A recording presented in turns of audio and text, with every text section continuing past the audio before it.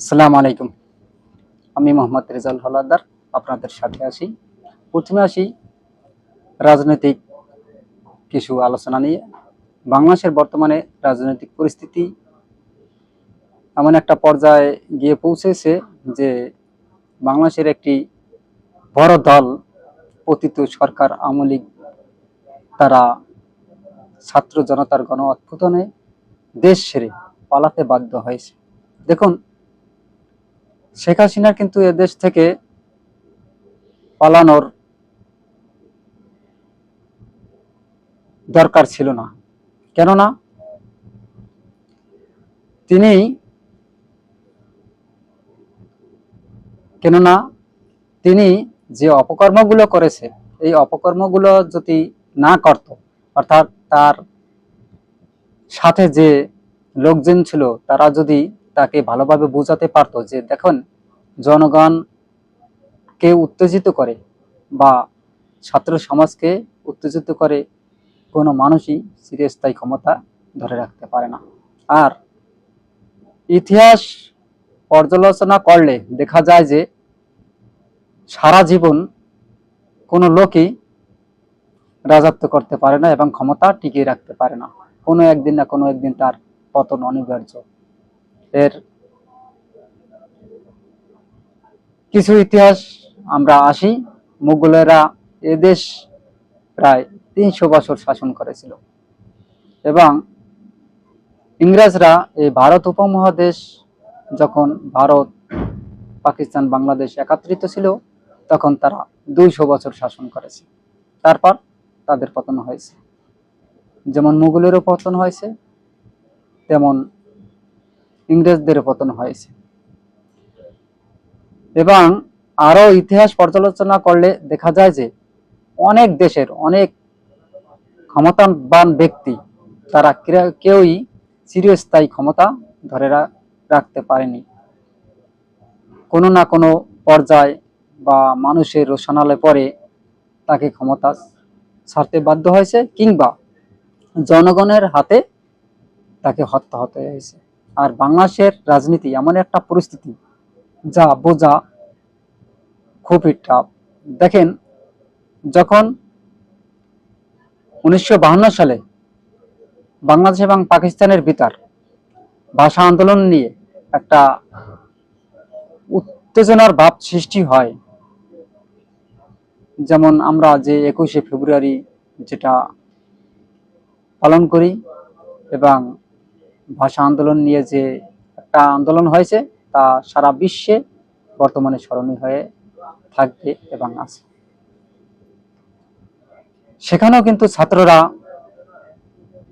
পাকিস্তানদের পরাজিত করেছে। কিভাবে? যদিও অনেক ছাত্রের জীবন দিতে হয়েছে, সালাম, রফিক, জব্বার সহ অনেকের, কিন্তু ছাত্ররা সফল হয়েছে। সেই ১৯৫২ সালের ভাষা আন্দোলনকে কেন্দ্র করেই ১৯৭১ সালে ১৬ ডিসেম্বর স্বাধীনতা যুদ্ধে বাংলাদেশ স্বাধীনতা লাভ পায় এবং বঙ্গবন্ধুর জনপ্রিয়তা এতই ছিল যে তিনি যুদ্ধকালীন সময় পাকিস্তানে জেলে থাকা পরও তিনি বাংলাদেশে যখন আসেন ১৫ই আগস্ট, তখন তাকে ১০ই এপ্রিল তখন তাকে বরণ করে নেওয়া হয়। কিন্তু ভাগ্যের কি নির্মম পরিহাস, কোনো না কোনো কারণে তাকেও জীবন দিতে হয়েছে, মৃত্যুবরণ করতে হয়েছে মানুষের রোশনালে পড়ে। অতএব এরপর যখন শহীদ প্রেসিডেন্ট তিনি ক্ষমতায় আসেন, তারপর কিছুদিন পর তার কিন্তু জনপ্রিয়তা তখন তুঙ্গে ছিল। বিএনপির সাবেক প্রেসিডেন্ট শহীদ জিয়াউর রহমান, তাকে কিন্তু একসময় মানুষের রোশনালে পরে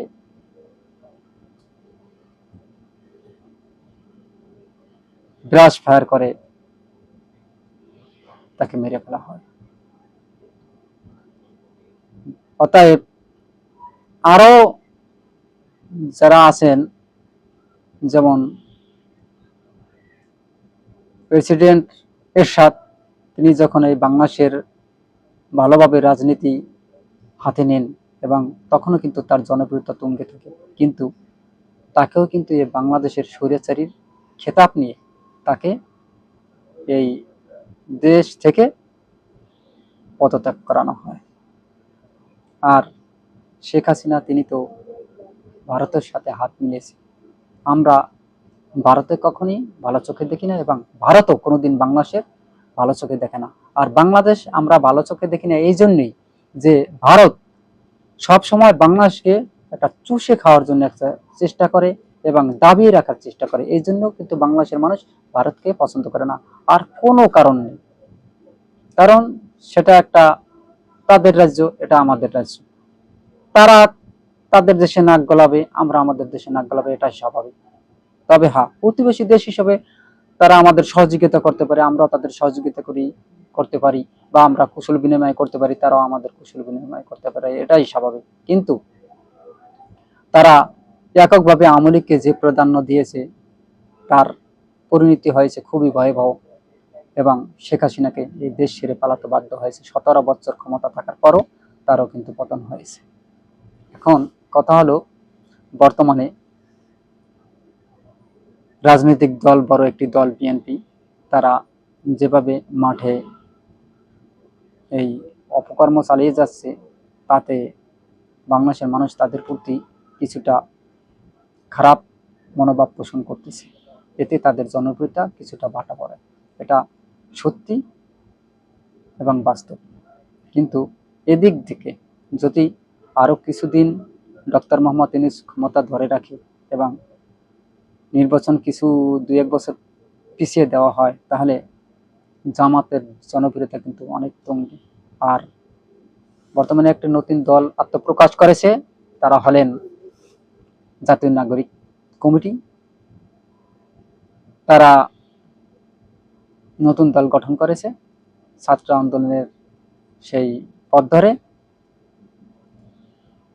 এবং যদি তারা এবং বাংলাদেশের সকল ইসলামিক দল একত্রিত হয়ে নির্বাচনে যায়, এবং ছোট ছোট কিছু দল আছে সেগুলো একাত্র হয়ে যদি জামাতের সাথে একাত্মবদ্ধ হয়ে নির্বাচন করে, এবং এই নির্বাচনটা যদি মাত্র 2 বছর পিছিয়ে দেওয়া হয়, তাহলে ভাই বিশাল সমস্যা হতে পারে বিএনপির পক্ষে। কেননা তাদের নেতাকর্মীকে বারণ করা সত্ত্বেও তারেক জিয়া নিজে পদক্ষেপ নিয়েছেন। যেসব নেতাকর্মীরা চাঁদাবাজি লুটতরাজের সাথে জড়িত তাদেরকে বহিষ্কার করেছে এবং করতেছে, এবং কিছু কিছু নেতাকর্মীদের নিষিদ্ধ করা হয়েছে এবং হইতেছে। তারা অলরেডি ক্ষমতা যাওয়ার আগে যেভাবে পায়তারা চালিয়ে যাচ্ছেন, ক্ষমতা কেন্দ্রিক যেভাবে একটা দাপট চালিয়ে যাচ্ছেন, তাতে তাদের জনপ্রিয়তা তুঙ্গে আসার চেয়ে আস্তে আস্তে নিশ্চিত হয়ে যাচ্ছে। এদিকে জামাতের জনপ্রিয়তা দিন দিন বৃদ্ধি পাচ্ছে। কেননা জামাতের বিরুদ্ধে এরকমের কোনো চুরি ডাকাতি রাজহানি বা চাঁদাবাজির কোনো কলঙ্ক নেই। তারা মানুষকে ভালোবাসতে পারে, তারা মানুষের ভালোবেসে পাশে দাঁড়াতে জানে, এবং তাদের ব্যবহার আচরণ সত্যি মুগ্ধকর। অতএব দেখেন, এই তারেক জিয়া সাবেক প্রধানমন্ত্রী শেখ হাসিনার সময় যে নির্যাতন সহ্য করেছেন, তার একটি ভাই কিন্তু মারা গিয়েছে, যেমন কোকো। তিনি কিন্তু আজ এই দুনিয়াতে নেই। শেখ হাসিনা তাকেও কিন্তু নির্যাতন করেছে, অনেকে বলে যে তাকে ছুরি দিয়ে মেরে ফেলেছে। জানি না কতটুকু সত্য, এর সত্যতা আমার কাছে জানা নেই, তবে কিছু কিছু জায়গায় আমি শুনতে পেরেছি যে এরকমের হয়েছে। কিন্তু দেলার হোসেন সাইদিকে তারা যে নির্মমভাবে হত্যা করেছে, সেটা কিন্তু 100% সত্য কথা। এবং তারেক জিয়াকেও কিন্তু অনেক নির্যাতন সহ্য করতে হয়েছে এই আওয়ামী লীগের টার্মে। খালেদা জিয়াকেও অনেক বছর, মাত্র 2 কোটি টাকার দায়ে অনেক বছর জেল কাটতে হয়েছে। এর চেয়ে নির্মম পরিহাস, ভাগ্যের কি নির্মম পরিহাস আর কি হতে পারে? একজন সাবেক প্রধানমন্ত্রী বীর বয়সও জেল খেটেছে এই শেখ হাসিনার আমলে। তবে এটা আমি শেখ হাসিনাকে দোষ দেব না। কেন না দেব না? তাকে যেভাবে বোঝানো হয়েছে সে সেভাবে বুঝছে।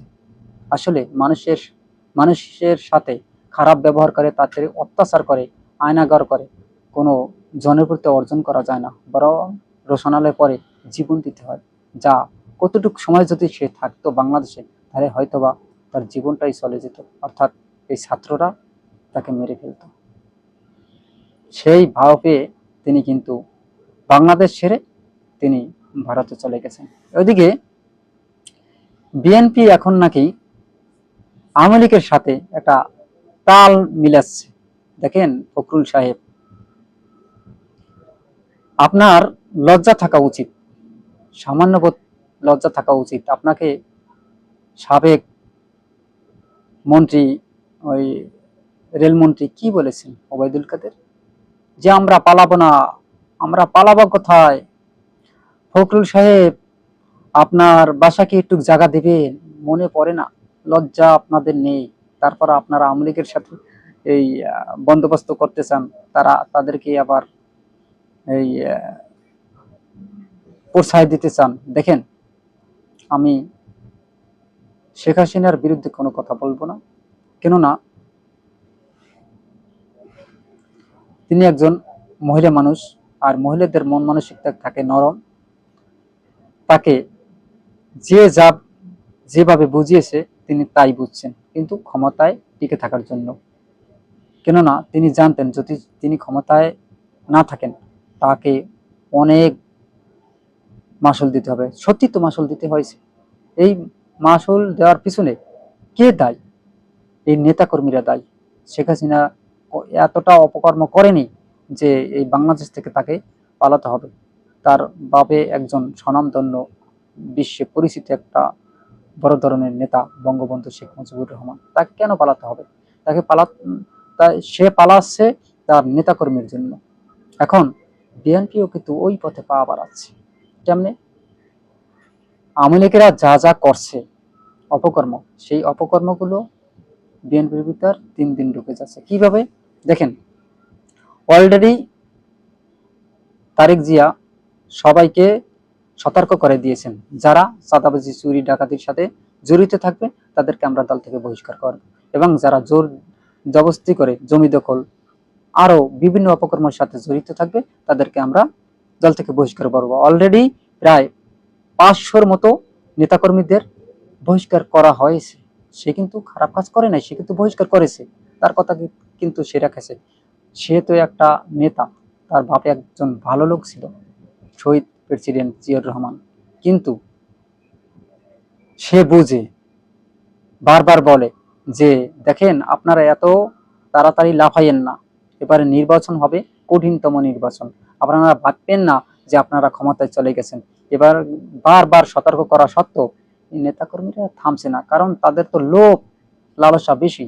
তারা সম্পূর্ণ আওয়ামী লীগের মতো করতেছে। অর্থাৎ তারা কি বলবো, যে আশ্বিন মাসের যে কুকুর আছে না, কুকুরের মতো তারা মনমানসিকতা করতেছে, যেমন মাথা খারাপ হয়ে যায়, ওই রকমের উল্টা পাল্টা কাজ করে।